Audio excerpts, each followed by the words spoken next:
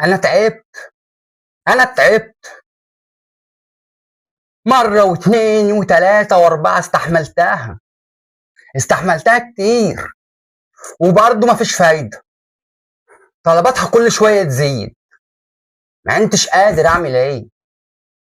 انا مش عارف اعمل ايه.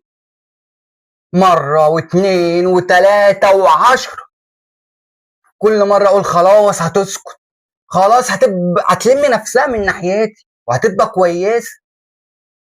بس ده ما بيحصلش. انا مش عارف اعمل ايه، مش عارف. انا تعبت.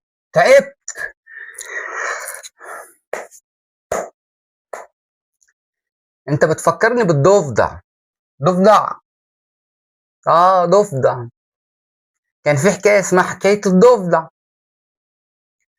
فجابوا ضفدع حطوه في كوباية، قالوا احنا هنعمل عليه اختبار. لما حطوه في الكوباية الضفدع مرضيش ينط من الكوباية، فغلوا الكوباية. فالضفدع برضو قاوم وقال برضو مش هنط من الكوباية.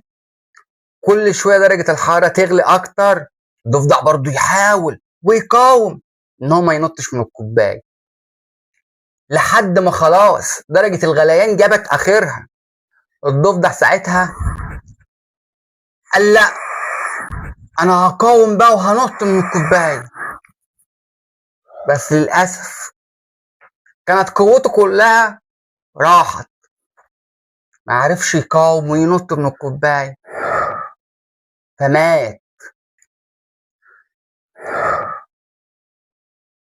لا تنط من الكوباية في الأول، لا تقاوم. عندك حق، عندك وفي حق الآخر والله. هتموت يا صاحبي. عندك حق.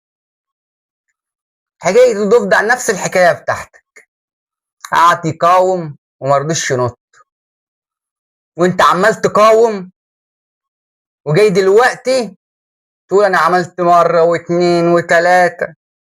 بص يا صاحبي، لا تنط من البداية، لا تفضل زي ما انت كده.